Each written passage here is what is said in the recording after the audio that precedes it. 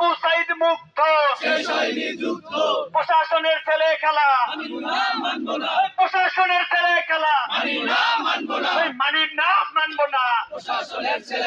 বিপ্লবে যারা আমাদের বিরুদ্ধে দাঁড়াইছিল তারা কখন আমাদের শুভাকাঙ্ক্ষী হতে পারে না। বিপ্লবের হামলাকারীদের শাস্তির জন্য আজকে আমাদের এখানে দাঁড়াইতে হয়েছে। এর থেকে লজ্জার আর কিছু হতে পারে না। প্রশাসন যেন এটা না ভুলে যায়, 24-এর এই বিপ্লব হয়েছে জন্য আজ তারা এই চেয়ারে আছে। সেই চেয়ারে থেকে যদি অপরাধীদের শাস্তি নিয়ে যদি কোনো তাল বাহানা করে, আমরা শুধু এক বিন্দু ছাড় দেবো না। 24-এর বিপ্লবে যারা আমাদের শহীদ আবু সাইদের গলা টিপে ধরলো, সেসব শিক্ষার্থীরা মাত্র 2 সেমিস্টার বহিষ্কার, এটা আমরা কখনোই মেনে নেব না।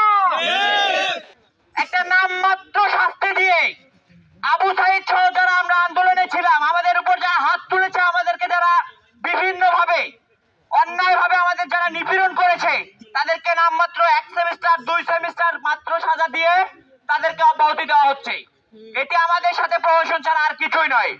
আমাদের চোখের সামনে আমাদের যে এই দেবদারু রোড রয়েছে, এই দেবদারু রোডে আমরা যদি বলি 11 তারিখে ছাত্রলীগ কি বর্বর আমাদের উপর হামলা চালিয়েছিল, সেটা সবাই প্রত্যক্ষ করেছিল।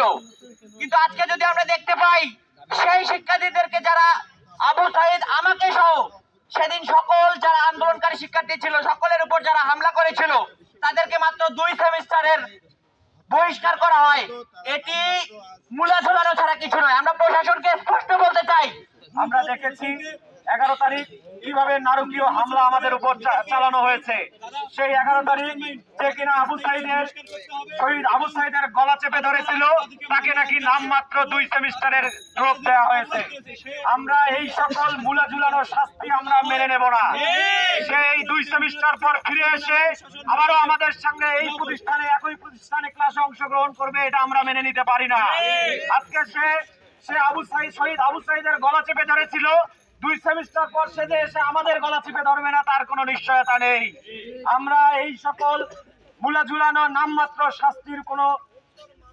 শাস্তির আমরা এই সকল মেনে নিতে পারি না। আমরা চাই যে সকল সন্ত্রাসীরা এই ক্যাম্পাসে 11 তারিখ 15 তারিখ এবং 16 তারিখ যারা আসছে ঝনঝনাইতে মুখরিত করে রেখেছিল, শিক্ষার্থীদের উপর হামলা চালিয়েছে, তাদের প্রত্যেককে এই ক্যাম্পাস থেকে বহিষ্কার করতে হবে। যারা মারণাস্ত্র নিয়ে এই ক্যাম্পাসে শিক্ষার্থীদের উপর হামলা চালিয়েছে, তাদের প্রত্যেককে স্থায়ী বহিষ্কার করতে হবে।